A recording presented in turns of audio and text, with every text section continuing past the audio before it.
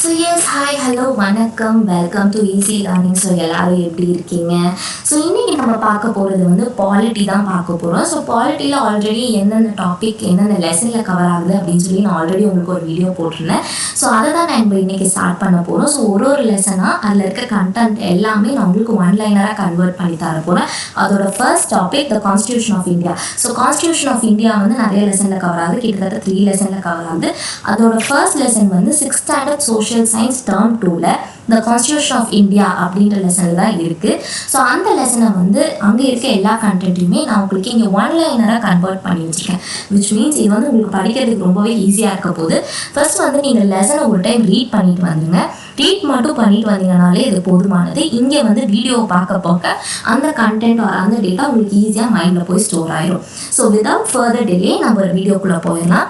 First question, our constitution was framed and came into existence from அப்படின்னு கேட்டிருக்காங்க.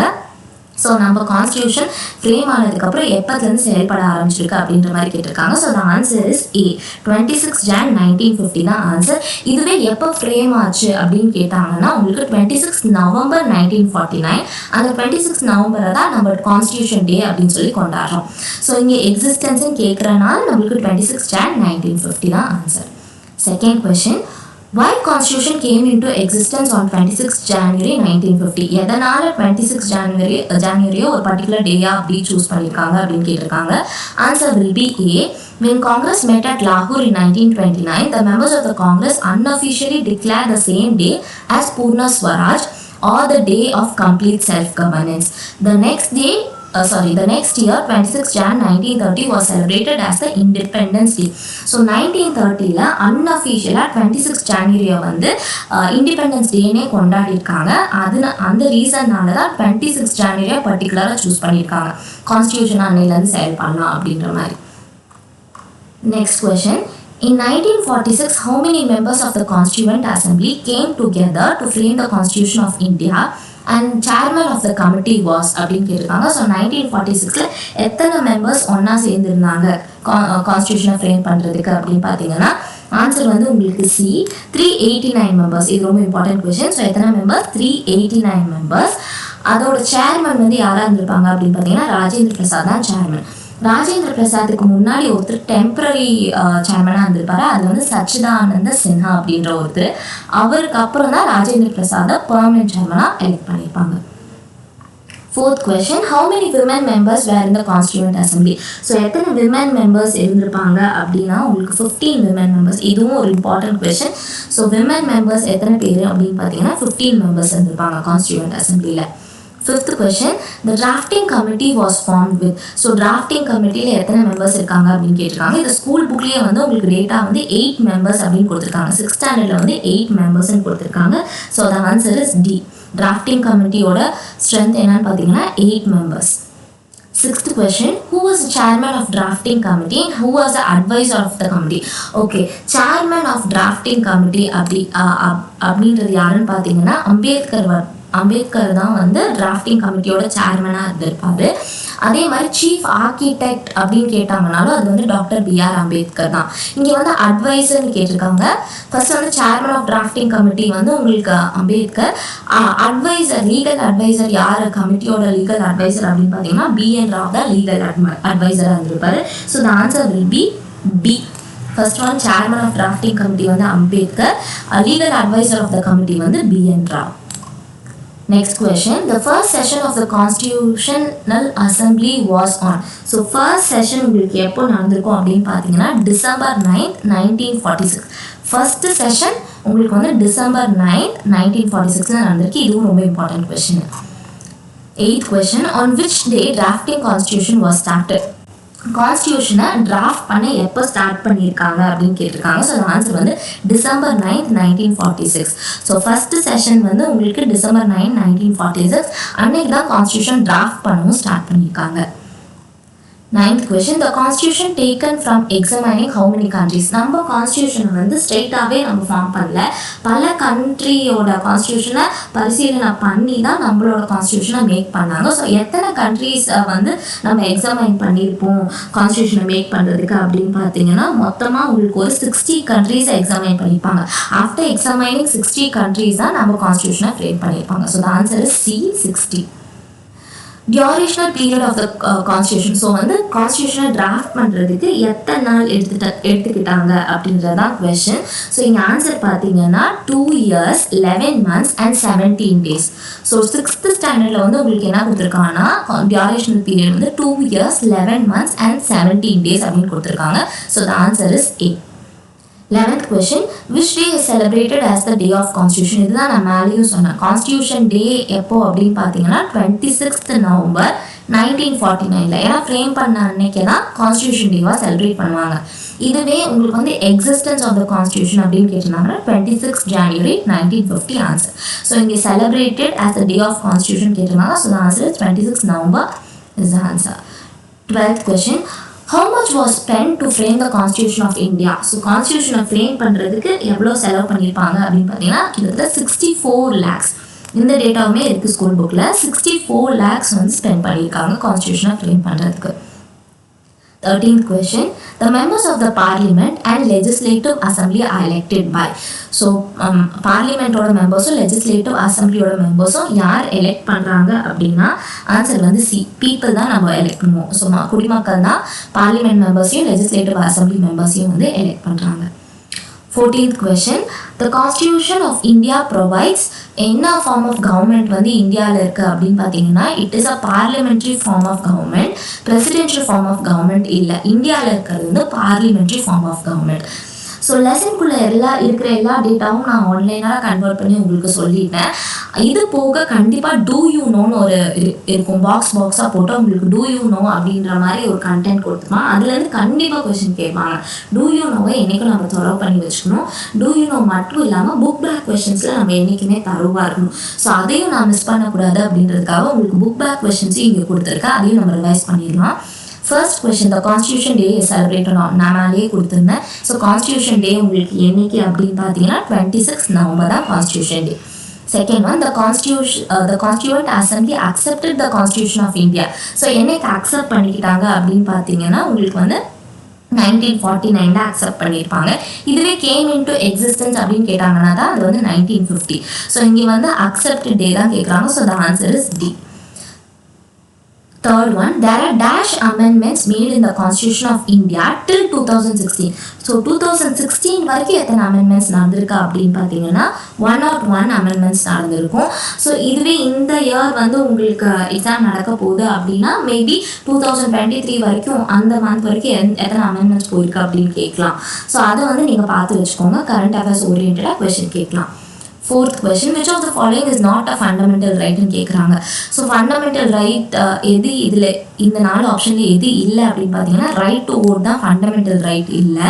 So right to vote வந்து என்ன ரைட்னு பார்த்தீங்கன்னா அது வந்து ஒரு political right. So the answer is right to vote.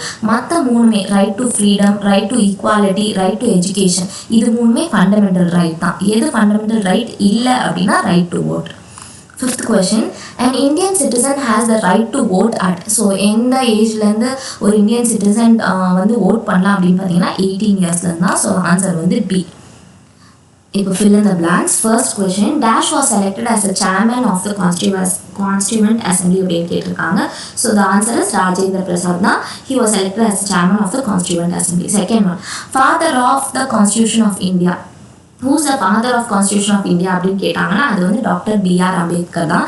அதே மாதிரி chief architect of the constitution கேட்டாங்கன்னாலும் B.R. அம்பேத்கர் தான். சேர்மன் ஆஃப் டிராஃப்டிங் கமிட்டி அப்படின்னு கேட்டாங்கன்னாலும் டாக்டர் B.R. அம்பேத்கர் தான். Third question, Dash protects our fundamental rights. So நம்ம ஃபண்டமெண்டல் ரைட்ஸை யார் ப்ரொடெக்ட் பண்ணுறா அப்படின்னு பார்த்தீங்கன்னா சுப்ரீம் கோர்ட் தான் ப்ரொடெக்ட் பண்ணுது. ஸோ நம்ம ஃபண்டமெண்டல் ரைட்ஸை ப்ரொடெக்ட் பண்ணுறது வந்து நம்ம supreme court. Fourth question, the Constitution of India came into existence on. So எப்போதுலேருந்து எக்ஸிஸ்டன்ஸ் வந்திருக்கு அப்படின்னு நான் முன்னாடியே சொல்லியிருந்தேன். the answer is 26th Jan 1950. இதுவே வந்து எப்போ ஃப்ரேம் பண்ணாங்க அப்படின்னு கேட்டாங்கன்னா 26th November 1950 and it is also known as the Constitution Day. Match the following. Independence day எல்லாத்துக்கும் தெரியும், இட் இஸ் August 15. ரிப்பப்ளிக் டே உங்களுக்கு வந்து Jan 26. கான்ஸ்டியூஷன் டேன்னு கேட்டாங்கன்னா November 26. ரைட் டு எஜுகேஷன் அப்படின்றது வந்து உங்களுக்கு எப்போன்னு பார்த்தீங்கன்னா April 1. இதுதான் மெயின். ரைட் டு எஜுகேஷன் வந்து April 1. கான்ஸ்டியூஷன் டே வந்து November 26.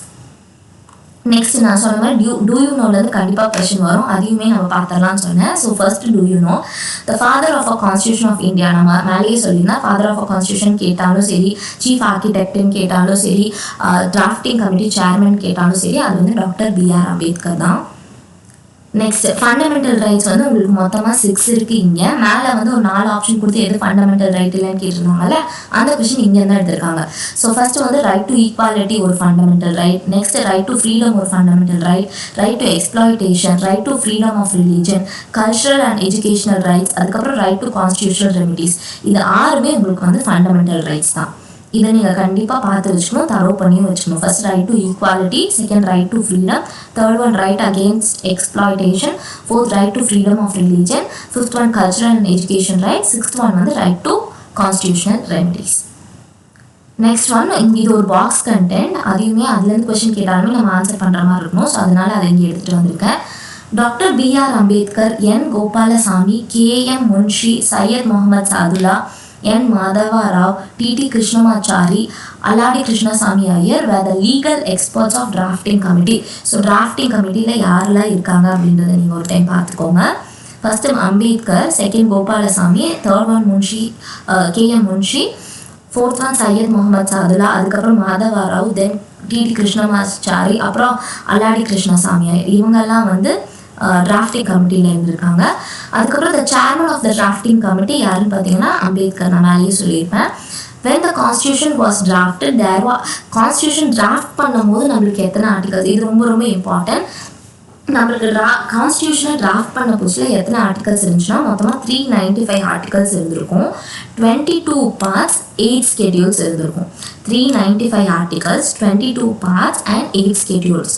இப்போ அட் ப்ரெசென்ட், அதாவது இது வந்து 2016 அந்த சிலபஸ். ஸோ வந்து அப்போ உங்களுக்கு எவ்வளோ இருந்திருக்குன்னா 448 ஆர்டிகல்ஸ், 25 பார்ட்ஸும் 12 ஸ்கெடியூல்ஸ் அப்படின்னு புக்கில் கொடுத்துருக்காங்க. நம்ம வந்து இந்த வருஷம் வரைக்கும் எத்தனை ஆர்டிகல்ஸ் இருக்குது, எத்தனை பார்ட்ஸ் இருக்குது, எத்தனை ஸ்கெடியூல்ஸ் இருக்குது அப்படின்னு சொல்லி அப்டேட் ஆகிக்கணும். இதை வந்து நம்ம சர்ச் பண்ணி படிச்சுக்கணும். கரண்ட் அஃபேர்ஸ் ஓரியன்டாக கொஸ்டின் கேட்கலாம். அதே மாதிரி 101 அமெண்ட்மெண்ட்ஸ் வேர் மேட் டில் 2016, 2016 வரைக்கும் 101 அமெண்ட்மெண்ட்ஸ் பண்ணியிருக்காங்க. இந்த வருஷம் நம்மளுக்கு எக்ஸாம் வரப்போகுது அப்படின்னா 2023 வரைக்கும் எக்ஸாம் வர அந்த மந்த் வரைக்கும் எத்தனை அமெண்ட்மெண்ட்ஸ் நடந்திருக்கு அப்படின்றத கண்டிப்பாக நம்ம பார்த்து வைக்கணும். Next the original copies of the constitution of India, அதாவது ஹிந்திலையும் இருக்குது இங்கிலீஷ்லையும் இருக்குது, are preserved in special helium filled cases in the library of parliament of India. So original copies of constitution of India எங்கே இருக்குது அப்படின்னா உங்களுக்கு வந்து லைப்ரரியில் இருக்குது. எந்த லைப்ரரினா பார்லிமெண்ட், இந்தியாவோட பார்லிமெண்ட்டில் லைப்ரரியில் இருக்குது. அதை எப்படி வச்சுருக்காங்கன்னா ஹீலியம் ஃபில்ட் கேசஸில் வச்சுருக்காங்க.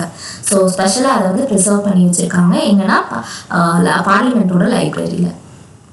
நெக்ஸ்ட் இது வந்து கிளாசரி அப்படின்னு சொல்லி தனியாக ஒரு கண்டென்ட் கொடுத்துருப்பான் லெசனுக்கு பின்னாடி, அதையுமே நம்ம பார்த்து வச்சுக்கணும். ஏன்னா நம்மளுக்கு மீனிங் தெரிஞ்சாதான் கொஸ்டின் கேட்டாங்கன்னா 4 ஆப்ஷனில் எலிமினேட் பண்ணியாதான் ஆன்சர் போடுற மாதிரி இருக்கும்.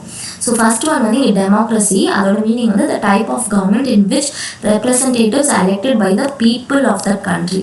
ஸோ பீப்புளே எலெக்ட் பண்ணி ஒருத்தவங்களை சூஸ் பண்ணுறாங்கன்னா அந்த கண்ட்ரி வந்து it is called as a democratic country. So democracy meaning வந்து உங்களுக்கு இதுதான். நெக்ஸ்ட் டிராஃப்டிங் கமிட்டி அப்படின்னா என்னன்னா committee set up to prepare the draft of the constitution. So கான்ஸ்டியூஷனோட ஒரு டிராஃப்டை ப்ரிப்பேர் பண்ணுறதுக்கு ஒரு கமிட்டி அமைச்சிருக்காங்க, அதுக்கு பேர் தான் drafting committee. Third one preamble. So preamble எப்படின்னா and introduction to the book or written document. ஒரு டாக்குமெண்ட்டோ இல்லை ஒரு புக்குக்கு முன்னாடி ஒரு இன்ட்ரடக்ஷன் இல்லை ஒரு ப்ரீஃபேஸை தான் நம்ம ப்ரீஆம்பிள்னு சொல்லுவாங்க. ஸோ ப்ரீஃபேஸ்ன்னு கேட்டாலும் அது ப்ரீஆம்பிள் தான், இன்ட்ரடக்ஷன் கேட்டாலும் அது வந்து ப்ரீஆம்பிள் தான் குறிக்குது. Fourth one republic. ரிப்பப்ளிக் தான் எந்த கண்ட்ரி ரிப்பப்ளிக் அப்படின்னு சொல்லுவாங்கன்னா a country with an elected head of the state. ஒரு ஸ்டேட்டில் ஒரு மெம்பரை எலெக்ட் பண்ணுறாங்க அப்படின்னா அந்த கண்ட்ரி வந்து உங்களுக்கு ரிப்பப்ளிக் கண்ட்ரின்னு சொல்லுவோம். ஃபிஃப்த் ஒன் வந்து செக்யூலர். செக்யூலர் வந்து a state which does not discriminate any one or on religious grounds. So ஒரு மதத்தை வச்சு நம்ம யாரையும் டிஸ்கிரிமினேட் பண்ண மாட்டோம். அதே மாதிரி அந்த மதத்தை நம்ம டிஸ்கிரிமினேட் பண்ண மாட்டோம் அப்படின்னா வந்து எந்த மதத்தையும் சார்ந்து இருக்க மாட்டோம் அப்படின்னா அந்த கண்ட்ரி வந்து செக்யூலர் கண்ட்ரி அப்படின்னு சொல்லுவாங்க. ஸோ செக்யூலர் மீனிங் வந்து உங்களுக்கு இதுதான். Next socialist. இது எல்லாமே இம்பார்ட்டன்ட். செக்யூலர்னா நம்மளுக்கு என்னன்னு தெரியும், சோஷியலிஸ்ட்னா என்னன்னு தெரியும், அதே மாதிரி சாவரன்னா என்னன்னு தெரியும். சோஷியலிஸ்ட்னா equal distribution of a country's wealth and equal opportunities in all fields. So எல்லாத்தையுமே ஈக்குவலாக பார்த்தா அது வந்து ஒரு சோஷியலிஸ்ட் கண்ட்ரி. நெக்ஸ்ட் சாவரன்னா and independent country not subject to any external power or influence. So external power எதுவுமே நம்ம கண்ட்ரியை இன்ஃப்ளூயன்ஸ் பண்ணாமல் இருக்குது அப்படின்னா வந்து அதை வந்து நம்ம சாவரன் கண்ட்ரின்னு சொல்லுவோம். ஸோ நம்ம கண்ட்ரி வந்து செக்யூலர் சோஷியலிஸ்ட் சாவரன் கண்ட்ரி அப்படின்னு சொல்கிறாங்க. It is a democratic and republic country. So இதுக்கெல்லாம் மீனிங் சும்மா ஒரு டைம் ரீட் பண்ணி வச்சுக்கோங்க. இன்கேஸ் கொஸ்டின் கேட்டாங்கன்னா நம்ம ஆன்சர் பண்ணுற மாதிரி இருக்கும். நான் ஒரு க்ளாசரி விடாமல், அதுக்கப்புறம் ஒரு புக் பேக் கொஸ்டின், அப்புறம் டூ யூ நோ எதையும் விடாமல் உங்களுக்கு இந்த லெசன் ஃபுல்லாமே கம்ப்ளீட்டாக கொடுத்துட்டேன். இதுக்கு மேலே அந்த லெசன்லேருந்து கொஸ்டின்ஸ் எதுவுமே இல்லை. இதை மட்டும் நீங்கள் தரவு பண்ணிங்கனாலே 6th ஸ்டாண்டர்டில் கான்ஸ்டியூஷன் ஆஃப் இந்தியா அப்படின்ற லெசன் ஃபுல்லாமே ஓவர் ஆகிடும். இதோட கண்டினியூஷன் வந்து உங்களுக்கு 10th ஸ்டாண்டர்ட் இந்தியன் கான்ஸ்டியூஷன் அப்படின்ற லெசனில் கவர் ஆகும். அந்த வீடியோவை வந்து நான் நெக்ஸ்ட்டாக உங்களுக்கு போடுறேன். ஸோ இந்த மாதிரி ஒரு லெசனாக நம்ம கவர் பண்ணிட்டு வந்தோம்னா கூட நம்ம ஈஸியாக சிலபஸை முடிச்சிடலாம், கண்டிப்பாக வேலை வாங்கிடலாம். ஸோ இந்த வீடியோ உங்களுக்கு ரொம்ப யூஸ்ஃபுல்லாக இருக்குது அப்படின்னு நீங்கள் நினச்சிங்கன்னா கண்டிப்பாக நம்ம சேனலை சப்ஸ்கிரைப் பண்ணிக்கோங்க. அதே மாதிரி கூடவே இருக்க பெல் ஐக்கானையும் ப்ரெஸ் பண்ணிக்கோங்க. அப்போ தான் நான் போடுற எல்லா நோட்டிஃபிகேஷனுமே உங்களுக்கு தெரியும். டிஎன்பிஎஸ்சி ஆஸ்பிரண்ட்ஸ்க்கு எல்லாத்துக்குமே இந்த வீடியோவை கண்டிப்பாக ஷேர் பண்ணுங்கள். எல்லாத்துக்குமே இது ரொம்ப யூஸ்ஃபுல்லாக இருக்க போது. நான் பாலிட்டி சிலபஸ் வந்து எந்தெந்த லெசன் எங்கெங்கே இருக்குது அப்படின்ற மாதிரி ஆல்ரெடி ஒரு வீடியோ போட்டிருப்பேன். அதோட லிங்க்கை வந்து நான் கீழே உங்களுக்கு அட்டாச் பண்ணுறேன். ஸோ அந்த வீடியோவுமே பாருங்கள். தேங்க்ஸ் ஃபார் வாட்சிங்.